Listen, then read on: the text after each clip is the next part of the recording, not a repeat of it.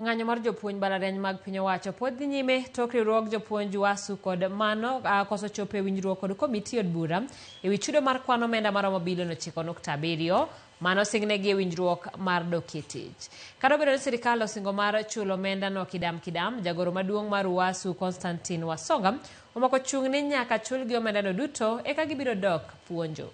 Efinyakidi lero mathoth. Ochopo odiechieng' mar 23 nyaka ne ng'anyo mar jopuonj mbalariany chakre.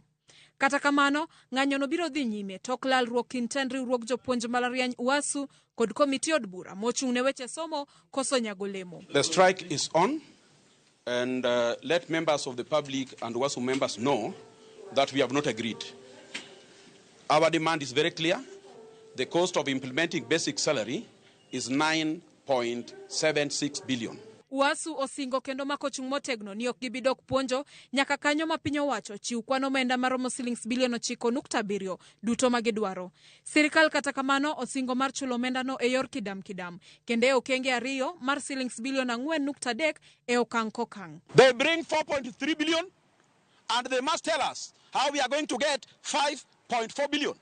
As we speak, we have not been told how we are going to get the balance of 5.4 billion. If they don't have a commitment letter, how they are going to pay 5.4, let them not engage us. Kaluwore ni chal makama oserocho chenro mag somo e mbalariany mag piny owacho, jopuonjre kaachiel kod jonyuol medo sundo sirkal mondo tem matek kendo chope winjruok kod wasu mar chiwo thuolo ne jopuonjre dok somo. President, tunakuomba utusaidie kwa lecturers wetu warudi watufunze. Efinyakidi, Ramogi TV, Nairobi.